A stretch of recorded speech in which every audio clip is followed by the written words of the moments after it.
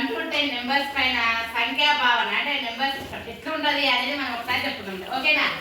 1 అంటే only 1 head, 1 bangle, 1 kite, 1 stick, 1 bottle, 1 scale, 1 pad, 1 notebook. ఆ విధంగా 1 అంటే కేవలం 1 ఒకటే అన్నమాట. ఓకేనా?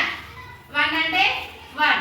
2 అన్నప్పుడు ఇక్కడ ఎన్ని అయితే మరి 2 ఐటమ్స్ అన్నమాట. ఇక్కడ చూడండి 2 sticks.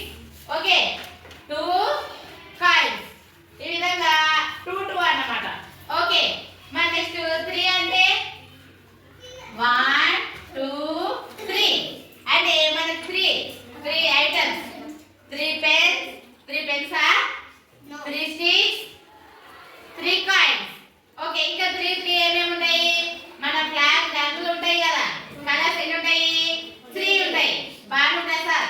ఆ విధంగా 3 అనే నెంబర్ సంఖ్య యొక్క భావన ఎంత అంటే మనకు 3 అన్నమాట. ఆ విధంగా మరి 4 అంటే 4 kites. నెక్స్ట్ ఏంటి?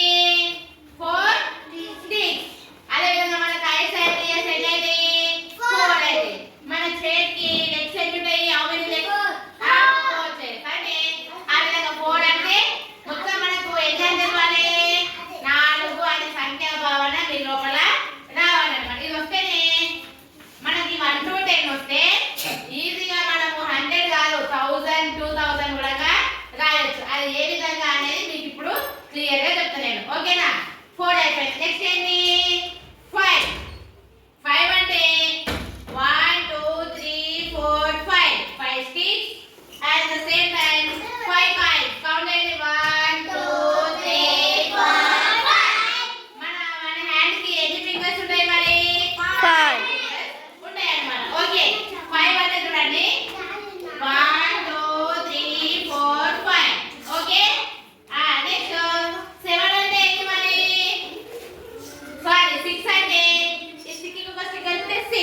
ఇక్కడ చూడండి 1 2 3 4 5 6. అట్ ద సేమ్ టైం మనం కాయిన్స్ తీసుకుంటే చూడండి 1 2 3 4 5 6. ఓకే, అంటే 6 కాయిన్స్ అన్నమాట. ఓకేనా? చూడండి 1 2 3 4 5 6. ఓకే, నెక్స్ట్ 7 అంటే ఇక్కడ చూడండి 1 2 3 4 5 6 7 8 7. అంటే how many coins are there? 7 coins. Okay, 1 2 3 4 5 6 7. ఓకేనా? అదే విధంగా మనం 6 తీసుకుంటే కూడా చూడండి 1 2 3 4 5 6 7. ఇక్కడికి ఏమైంది? మనకి 7 వచ్చేసింది. ఓకేనా? అయితే ఇక్కడ చూడండి 7 అయిపోయింది కదా. నెక్స్ట్ 8 చూడండి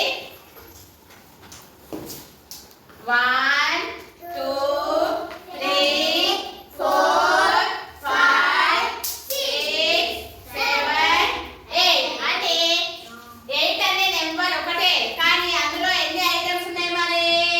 8 ఐటమ్స్. అన్ని సేమ్ ఉండాలన్నమాట. ఓకేనా? 8 అంటే 8 కాయిన్స్ అన్నమాట. Next 6 also same. 8 అంటే 8 ఉంటాయి. ఓకేనా? నెక్స్ట్ 9 చూడండి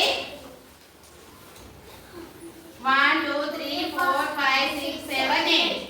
నెక్స్ట్ 9 కాయిన్స్ 1 2 3 4 5 6 7 8 9. ఎన్ని ఉన్నాయి మరి? 9 కాయిన్స్ ఉన్నాయి.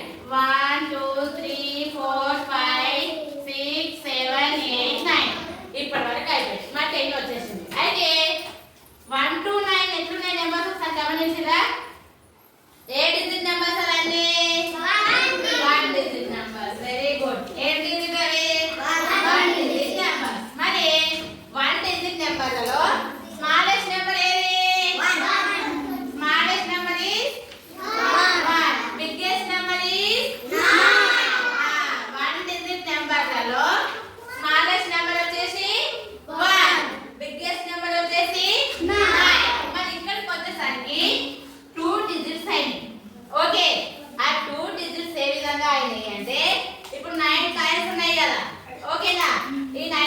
కలిపితే 10 కాయిన్స్ అయితే 10 కాయిన్స్ కలిపితే మనకి ఏమైతుంది మరి ఒక 10 రూపీ నోట్ వస్తుంది అన్నమాట. ఇవి 10 1 రూపీ కాయిన్స్ అనుకోండి. ఇవేంటి 10 1 రూపీ కాయిన్స్. ఎంత వచ్చింది మరి మనకి 10 వచ్చింది. అంటే ఈ 10 అనేది ఇప్పుడు ఇవి అన్ని విడివిడి కాయిన్స్ అన్ని ఒక నోట్ వచ్చింది కదా, వచ్చిందా? మరి దీన్ని ఒకే కట్టలాగా రాయొచ్చా? ఇప్పుడు ఇక్కడ చూడండి 1 2 3 4 5 6 7 8 9 10 దీన్ని ఒక బండల్ లాగా రాయొచ్చా? అంటే 10 రూపీస్ నోట్ ఒకటే వచ్చింది కదా. ఇప్పుడు 9 కాయిన్స్ నీకు రాయడానికి వస్తుందా? విడివిడి ఉన్నాయి 9 కాయిన్స్. అసలు దాన్ని 9 కాయిన్స్ నోట్ ఉందా లేదా? అంటే నోట్ ఉన్నా లేకుండా 10 కాయిన్స్ కలిపితే మనకి ఏమొస్తుంది? ఒక 10 రూపీస్ నోట్ అనేది